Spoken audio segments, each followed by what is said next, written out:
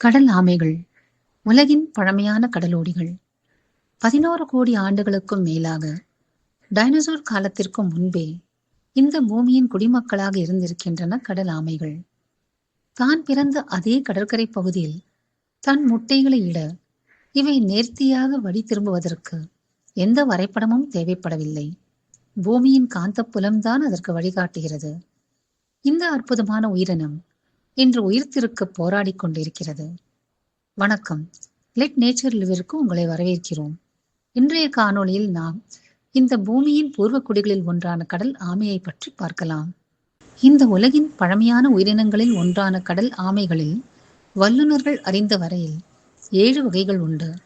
இந்த 7 வகைகளில் ஒவ்வொன்றுக்கும் நம் கடலை காப்பதில் தனித்துவமான பங்கிருக்கிறது. கடல் ஆமையின் ஓட்டின் சிறப்பான வடிவமைப்பின் காரணமாக அதனால் தண்ணீரில் மிக சுலபமாக மிதந்து செல்ல முடியும். நிலத்தில் வாழும் ஆமைகளைப் போல கடல் ஆமைகளால் தங்களின் தலையையும் கால்களையும் கூட்டிற்குள் இழுத்துக்கொள்ள முடியாது. கடல் ஆமைகள் திறந்த கடலில் ஆயிரக்கணக்கான கிலோமீட்டர் நீந்துவதற்கு அவற்றின் உடலின் முன்பகுதியில் இருக்கும் தட்டையான உறுப்புகள் துடுப்புகளாக செயல்பட்டு உதவுகின்றன. ஓய்வில் இருக்கும் பொழுது கடலுக்கடியில் 7 மணி நேரம் வரை இருக்கக்கூடிய அளவிற்கு தங்களின் இருதய துடிப்பை குறைக்கும் திறன் கடல் ஆமைகளுக்கு உண்டு. கடல் ஆமைகள் பொதுவாக 50 - 100 வருடங்கள் வரை வாழும். 10,000 கிலோமீட்டருக்கும் அதிகமான தூரம் இவை பயணம் செய்யும். பெண் ஆமைகள் தாங்கள் பிறந்த அதே கடற்கரை பகுதிக்கு திரும்ப வரும். பூமியின் காந்த புலன்களை நினைவில் வைத்துக் கொள்வதால் அவை வழிநடத்தப்படுவது இன்றளவும் ஆராய்ச்சியாளர்களை பிரமிக்கச் செய்கிறது. கடலின் சமநிலையை பாதுகாப்பதில் கடல் ஆமைகளின் பங்கு இன்றியமையாதது. மீன் குஞ்சுகளின் வசிப்பிடமாகவும் கரிமத்தை, அதாவது கார்பனை சேமிக்கும் இடமாகவும் செயல்படும் கடற்புல் படுக்கைகளை பராமரிக்க பச்சை கடல் ஆமைகள் உதவுகின்றன. அழுங்காமை எனப்படும் கடல் ஆமை வகை பவளப்பாறைகளில் உள்ள கடற்பஞ்சை கட்டுப்படுத்தி பவளப்பாறைகளுக்கு போதுமான சூரிய ஒளி கிடைக்கச் செய்கின்றன. பேராமை என்றும் தோல் முதுகு ஆமை என்றும் அழைக்கப்படும் கடல் ஆமை வகை மிகவும் அதிக அளவில் இழுது மீன்களை, அதாவது ஜெல்லி மீன்களை உண்ணும். இதனால் மீன் வளம் பாதுகாக்கப்படுகிறது. கடல் ஆமைகள் அழிந்து போனால் கடலின் ஒட்டுமொத்த சூழல் அமைப்பும் அடியோடு பாதிக்கப்பட்டுவிடும்.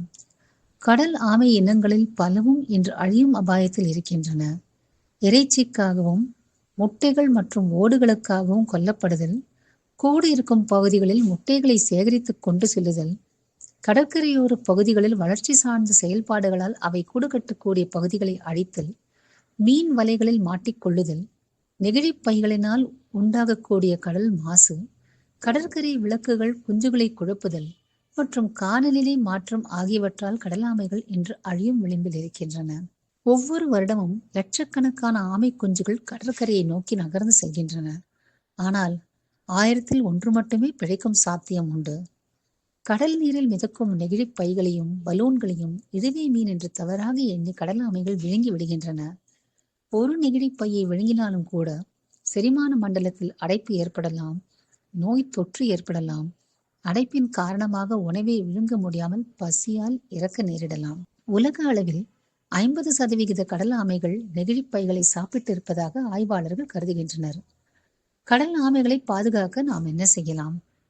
ஒற்றை பயன்பாடு நெகிழிகளை அறவே தவிர்க்க வேண்டும். கடற்கரை சுத்தப்படுத்துதல் நிகழ்வுகளில் நாம் பங்கேற்கலாம். ஆமை ஓடுகளால் செய்யப்பட்ட பொருட்களை வாங்குவதை தவிர்க்கவும். கடல் ஆமைகள் முட்டையிடும் பருவத்தில் கடற்கரை பகுதி விளக்கு வெளிச்சம் குறைவாக இருப்பது நல்லது. கடல் பாதுகாப்பிற்காக உழைக்கும் அமைப்புகளுக்கு ஆதரவு தெரிவிக்கலாம். நம்மை சுற்றி உள்ளவர்களுக்கு விழிப்புணர்வு ஏற்படுத்தலாம். லட்சக்கணக்கான ஆண்டுகளாக இயற்கை சீற்றங்களிலிருந்து தப்பித்து பல கடல்களையும் கடந்து வந்திருக்கின்றன கடல் ஆமைகள். டைனோசர் அழிந்த காலத்திலும் இவை பிழைத்திருக்கின்றன. ஆனால் இன்று இதுவரை சந்திக்காத அச்சுறுத்தலை இவை சந்திக்கின்றன. அது மனிதர்களாகிய நாம் தான். கடல் ஆமைகள் அழிந்து போனால் உலகின் கடல்கள் மொத்தத்திலுமே சூழல் மாறிவிடும். பல லட்சம் ஆண்டுகளாக தன் குஞ்சுகளுக்கு நல்லதொரு வருங்காலம் அமைய அம்மா கடல் ஆமைகள் பெரும் கடல் பயணங்களை மேற்கொண்டு தன் முட்டைகளை இடுகின்றன. அடுத்த முறை கடற்கரையில் கடல் அலைகள் நம் கார்களை தொடும் பொழுது எங்கோ கடலுக்கடையில் பயணிக்கும் இந்த அம்மா கடல் ஆமைகளை நினைவில் கொள்ளுவோம். கடல் ஆமைகளின் எதிர்காலத்தில் கடலின் எதிர்காலமும் மனிதனின் எதிர்காலமும் இருக்கிறது என்பதையும் சேர்த்தே நினைவில் கொள்ளுவோம். விலங்குகளை காப்போம், இயற்கையை மீட்போம். இயற்கை மற்றும் வனவிலங்கு பாதுகாப்பு குறித்த எங்கள் காணொளிகளை தொடர்ந்து காண எங்கள் சேனலுக்கு சப்ஸ்கிரைப் செய்து ஆதரவும் ஊக்கமும் அளிக்குமாறு கேட்டுக்கொள்கிறோம். நன்றி, வணக்கம். Let nature live.